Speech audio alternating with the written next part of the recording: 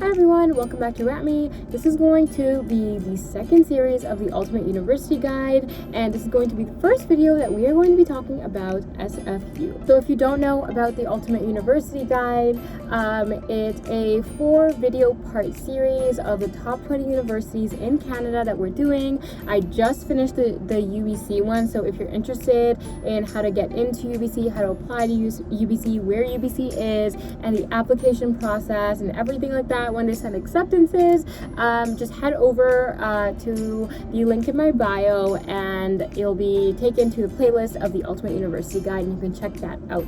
But for today, we're going to be talking about SFU. So SFU has 3 campuses. One is in Surrey, one is in Vancouver, and one is in Burnaby on top of the Burnaby Mountain, and that is the original SFU campus. In 2020, SFU was ranked the world's #1 impact on sustainable cities and communities. And in 2020, it was also ranked number 7 among the world's top universities for entrepreneurial spirit. And SFU's top program and most well-known program is computer science. So a little bit about GrantMe's and a little bit about SFU. We've gotten tons of people into SFU with funding, with entrance awards and various scholarships through our scholarship matching app, as well as our experts in the admissions process and our essay editors are all helping our students get into SFU and any other university in Canada. So this video is going to be split into 2 different parts. The first is general admission requirements and then degree specific requirements. So if you're interested in that, stay tuned. So SFU has 3 general admission requirements. So if you're in a Canadian high school, the first one is to have 5 approved grade 12 courses. And this includes English 12 with a minimum of 70%. The second one is to have an English language requirement.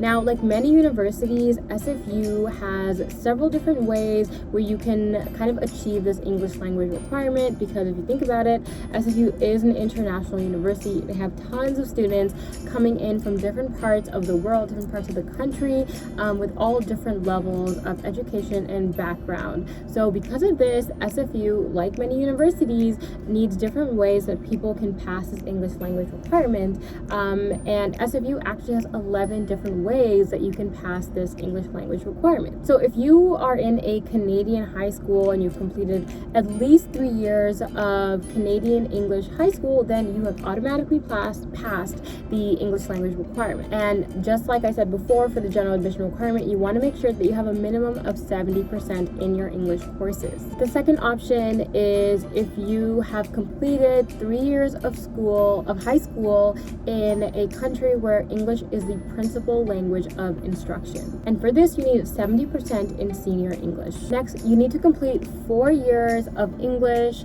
at a international school where English is taught in the language of instruction, but English is not the principal language of that country. Next, you need a completion of your IB diploma, including English A or English Literature and Performance. Next, you need a completion of a 3-unit English course or a certified W, which is a writing intensive course for which SFU grants transfer credit. And a minimum of a C- is required for that. Next is SFU's own test that they have for this. That is the ELC test, and that stands for English Language and Culture. And you need to take the low advanced level of that, and you need a minimum of 80% for that test. So you can, do one of those, or you can take one of the proficiency English language tests that SFU has, and there's 5 different tests for that. The first one is the IELTS test. You need an overall band score of 6.5 with no less than 6. Next, you need the TOEFL IBT test. You need an overall score of 88 and a minimum of 20 in each component. Next is the Canadian Academic English Language Test. For this, you need a 70 with no less than a 60. Next is the PTE Academic Test. For this, you need an overall score of 65 and a minimum score of 60 in the communicative component. And there's actually a new addition to these tests, and that's the Duolingo test, which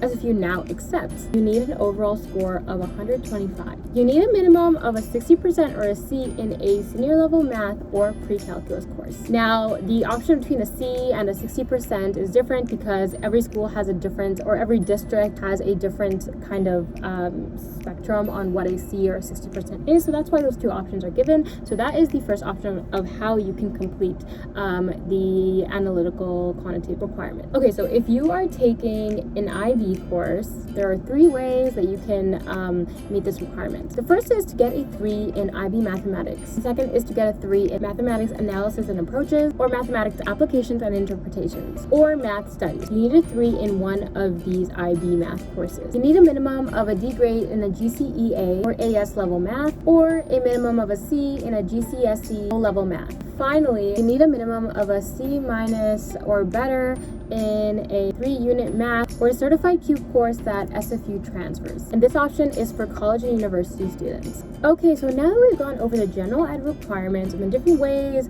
that you can complete that general admission requirement, let's kind of go into eligibility requirements for the degree. So obviously the degree that you're choosing has different types of eligibility requirements. So whether you're taking arts, sciences, forestry, computer science, anything like that, they're all going to have different types of requirements. And so SFU does say this on their website. The eligibility requirements depend on what level you're on, what degree you're taking, and even when you're applying. So for this example, I'm just going to go into the arts and social sciences eligibility requirements, because sciences usually has like a different eligibility requirement for each degree, but arts really just has an umbrella requirement or eligibility for all of their arts courses. So let's go over the eligibility you need for SFU arts and social sciences. So of course, you need to complete first the general admission requirements, which I outlined before, which is, completing grade 12, having the analytical requirement as well as the English language requirement. That is the first thing you need. And SFU actually has this really cool tool on their website called the Compass tool, and you can kind of, go in, select your province, select what semester you're going into, and different courses that you've taken by June 30th and your grade 12th year. And it'll tell you how many more approved courses you need to apply, and if you have all of those approved courses, it'll tell you what programs you're eligible to apply to at SFU. So this is a really handy tool if you're kind of confused, if you have a variety of courses and you kind of just want to see what you're eligible to apply to SFU rather than you picking a specific program for yourself, and it'll give you more ideas of what you're kind of interested in, what field you can kind of go into. But of course, if you do know what you're going to go into, you can actually just click the program name and it'll take you to the page with a bunch of handy, neat charts as well as links that'll take you to other course lists that are approved, that'll have a list of everything that you can take to be eligible to apply to this specific program. How eligibility requirements work for any program at SFU is, instead of asking for specific courses that your school may or may not have, they actually ask for a category of courses that you need to take, and to take one of whatever is in that category. Now obviously SFU does have approved courses that you need to take, but that list is huge. So how they kind of approach this is they say, for English you need to take one of this, for social studies you need to take 2 of that, and then you kind of go onto their website and look at all of the different courses they have, or go on the Compass tool, look at that, and it'll show you what you're eligible for. So let's go through the arts eligibility requirement and what 1 of 2 of 3 of that you have to take anyway. So this is split in grade 11 and 12. So you have to take 1 of a grade 11 English, 1 of a language 11, 1 of a math 11, 1 of a science 11, and 1 of a social studies 11. For grade 12 courses, you need to take 1 of English 12, 1 of science 12, and if you're applying to fall of 2022, instead of in the previous semester or application cycle, you had to take 2 of social studies 12. Now it's reduced down to 1 of social studies 12. But this can change again for fall of 2023, so just make sure you update back up if you're watching this video a little later. And lastly, you need 1 of language 12. And if you don't have 1 of the courses in the approved charts, there are different ways that you can kind of get into that eligibility, and there's a link on the website that'll take you to other courses that you can take. So for this video, we went over the general admission requirements, which were the English language, analytical, and the passing grade 12 with a minimum of 70% in English 12. And then we also went through the degree-specific requirements. Now, for the next video, I'm going to go over tuition. I'm going to go over the actual application process. You know, like what do you need a personal profile? What's the, you know, minimum grade requirement for each course that you need? All of that. So stay tuned for the next video when I show you how to actually apply to SFU. And then we're going to go over where SFU is, when SFU sends acceptances, all of that. And of course, if you are interested in GrantMe's support and, you know, knowing all this information, it's actually available in a very handy PDF. And if you do want access to that, all you have to do is take our quiz, our scholarship eligibility quiz, and book a call with an educator. And you can see if you're qualified for GrantMe's program and, you know, getting the support you need to graduate debt-free and get into your dream university. And that's it for today's video. I will see you guys next time.